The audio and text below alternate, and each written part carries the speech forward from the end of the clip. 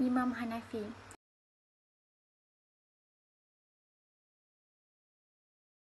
Mazhab Hanafi diasaskan oleh Imam Al-Azhar Abu Hanifah daripada keturunan Parsi yang merdeka. Dilahirkan pada tahun 80 Hijrah dan telah meninggal dunia pada tahun 150 Hijrah. Imam Abu Hanifah telah menuntut ilmu hadis dan fiqh daripada kebanyakan ulama yang terkenal.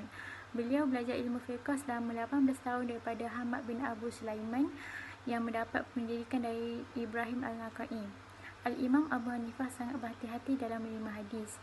Beliau menggunakan qiyas dan istihsan. Beliau telah menghasilkan sebuah kitab dalam bidang ilmu kalam, iaitu Al-Fiqh Al-Akbar.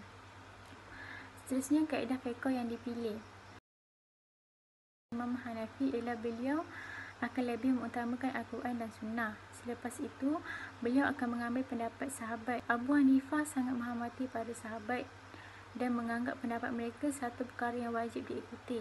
Lebih-lebih lagi dalam perkara yang mencapai kata subulat suara di kalangan mereka, dan sekiranya masih tidak dijumpai, beliau akan beralih pula pada ijma' dan qiyas. Seterusnya, kaedah terakhir yang akan digunakan sekiranya masih tiada penyelesaian ialah menggunakan istihsan dan al-uruf.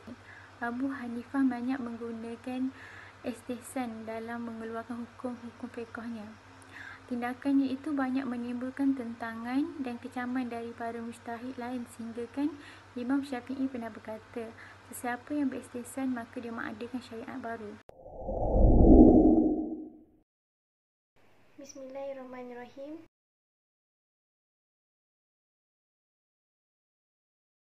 Nama saya Izzah Najwa binti Khalid, 254510. Jadi saya akan teruskan dengan Imam Malik. Nama sebenar Imam Malik ialah Malik bin Anas bin Abu Amir. Imam Malik dilahirkan 13 tahun setelah kelahiran Imam Hanifah, iaitu pada tahun 93 Hijrah. Dan beliau meninggal dunia pada tahun 179 Hijrah. Kelebihan Imam Malik ialah beliau mempunyai ingatan yang kuat serta mampu menghafaz Al-Quran dan hadis-hadis Rasulullah. Ini menyebabkan Imam Malik terkenal sebagai imam dalam bidang hadis Rasulullah. Disebabkan itu juga, mazhab Maliki ini dikenali sebagai mazhab Ahlul Hadis, yang bermaksud golongan yang sangat berpegang kuat dengan hadis Rasulullah. Dalam menuntut ilmu, beberapa ulama Madinah pernah menjadi guru beliau. Antaranya ialah Rahman bin Mahmuz, Nafi' Maula Ibnu Umar, Ibnu Syihab Az-Zuhri serta beberapa guru usul fiqh yang lain. Setelah selesai berguru, kini Imam Malik pula menjadi seorang guru yang hebat. Buktinya, Imam Malik mempunyai lebih 1000 orang murid yang terdiri daripada ulama-ulama terkenal. Kemudian, bagi memudahkan pembelajaran anak-anak muridnya, beliau menghasilkan sebuah kitab yang diberi nama Kitab Al-Nawaziyah. Dalam menentukan hukum pula, Imam Malik menggunakan beberapa sumber. Bagi sumber yang disepakati sudah semestinya Al-Quran, As-Sunnah, Ijma' dan Qiyas. Namun bagi sumber-sumber yang tidak disepakati agak berbeza dengan imam yang lain, yang mana Imam Malik memilih untuk menggunakan Ijma' Ahlul Madinah dalam menentukan hukum, yang bermaksud kesepakatan penduduk-penduduk Madinah. Kenapa Imam Malik memilih penduduk Madinah? Ini kerana penduduk Madinah rata-rata adalah sahabat Rasulullah, yang mana sebahagian besar mereka tidak pernah meninggalkan Madinah. Jadi, mereka sentiasa bersama Rasulullah dan menyaksikan apa yang Rasulullah amalkan sepanjang hidup baginda. Disebabkan itu juga, kota Madinah ini dianggap sebagai kota warisan sunnah. Maka dengan itu Imam Malik meletakkan kepercayaan penduduk Madinah sebagai kaedah baginya untuk menentukan hukum. Dan seterusnya, seperti mana imam lain, Imam Malik menggunakan istishab, qiyas, istihsan, sadul zara'i' dan masalih mursalah. Assalamualaikum warahmatullahi wabarakatuh. Saya Jasmine binti Syekh Alwai.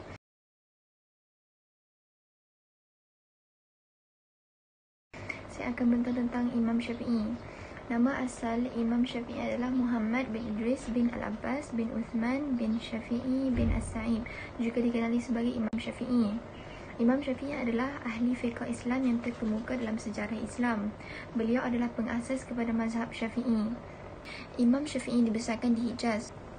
Pengajian beliau dalam ilmu fiqh terbahagi kepada 3 peringkat. Peringkat permulaan ialah ketika beliau di Mekah dan Madinah di Hijaz. Setelah dilatih untuk menjadi ahli fiqh yang mengutamakan sunnah Nabi, beliau dihantar ke Iraq.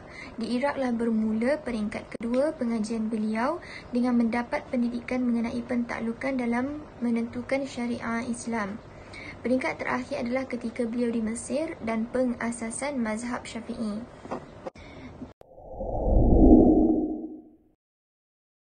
Saya Anisa Kina binti Kamal Arifin, nombor metrik 254388. Jadi saya akan sambung kepada Imam Hanbali. Imam Hanbali ataupun nama sebenarnya ialah Abu Abdullah Ahmad bin Muhammad bin Hanbal bin Hilal Al-Syaibani. Beliau merupakan pengasas kepada mazhab Hanbali. Beliau telah dilahirkan pada tahun 164 Hijrah di Baghdad. Ketika berusia 77 tahun, Imam Hanbali telah meninggal dunia, iaitu pada tahun 241 Hijrah. Beliau pernah berguru dan merupakan anak murid kepada Imam Syafi'i, di mana beliau telah mendalami ilmu fiqh bersama dengan ilmu Syafi'i. Imam Hanbali merupakan seorang pakar hadis dan fiqh, di mana dasar yang telah digunakan oleh beliau ialah Al-Quran, As-Sunnah, fatwa sahabat, ijma', qiyas, istishab, masalah musalah dan juga sadr sara'i. Antara kitab-kitab yang telah dikarang oleh Imam Hanbali ialah Tafsir Al-Quran, Al-Nasah wal Mansukh, Al-Musnad, Kitab Ta'ad Al-Rasul dan juga Kitab Al-Ilal, Masalah Musalah dan juga Sadr Sara'i. Antara kitab-kitab yang telah dikarang oleh Imam Hanbali ialah Tafsir Al-Quran, Al-Nasah wal Mansukh, Al-Musnad, Kitab Ta'ad Al-Rasul dan juga Kitab Al-Ilal. Seterusnya perselisihan pendapat, iaitu mengenai solat tarawih. Menurut mazhab Syafi'i, solat tarawih yang dilaksanakan dengan 4 rakaat 1 salam tidak sah, dan ini merupakan fatwa yang dikeluarkan oleh Qadhi Husain kerana ia menyalahi ketetapan syarak. Solat tarawih mestilah dilakukan dengan cara 2 rakaat 1 salam seperti yang biasa dilakukan.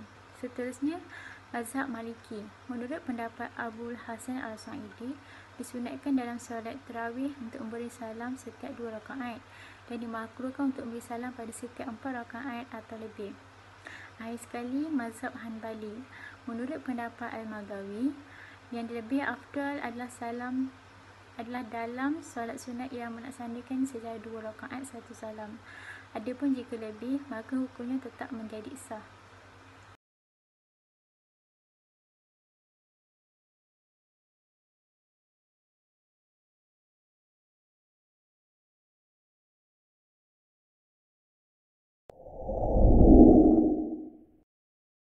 Situasi yang menjadi perselisihan para mazhab berkaitan dengan iddah. Iddah penceraian perempuan yang telah disetubui. Terdapat perselisihan pendapat, iaitu bagi mazhab Syafi'i dan Maliki, mereka mengatakan bahawa iddah bagi perempuan yang disetubui ialah sebanyak 3 kali suci. Manakala bagi mazhab Hanafi dan juga Hanbali mengatakan 3 kali haid. Seterusnya ialah isu yang saya akan bincangkan. Yang berbeza pendapat antara keempat mazhab ini ialah isu membaca doa kunut ketika solat subuh.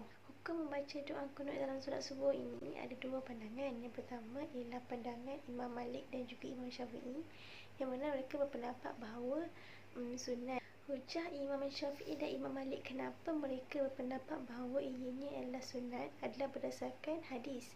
Seperti kita tahu tadi, Imam Malik adalah seorang yang sangat berpegang kuat kepada hadis Rasulullah. Jadi, hukum ini Imam Malik menggunakan hadis Rasulullah dan meletakkan sunat membaca doa kunut, iaitu hadisnya berbunyi daripada Anas radhiyallahu anhu berkata, Rasulullah berterusan membaca doa kunut dalam solat subuh sehingga baginda meninggal dunia. Manakala pandangan kedua daripada Imam Hanbali dan Imam Hanafi, tidak harus membaca doa kunut. Bagi pendapat Imam Hanafi dan Hanbali, hujah mereka ialah berdasarkan hadis berikut. Hadis riwayat Muslim, maksudnya bahawa Nabi SAW telah membaca kunut selama sebulan dengan berdoa ke atas penduduk kampung daripada perkampungan Arab, dan kemudian baginda meninggalkannya, yakni bacaan kunut. Jadi kita dapat lihat di sini bahawa keempat-empat imam ini berbeza pendapat tentang perkara, yang mana perkara-perkara ini adalah yang tidak dinyatakan secara qat'i, secara jelas dalam Al-Quran tentang hukumnya, maka ianya boleh diijtihadkan. Namun begitu, perbezaan pendapat ini bukanlah salah. Kita meraihkan perbezaan pendapat keempat-empat mazhab ini, yang mana tidak ada yang salah antara mereka.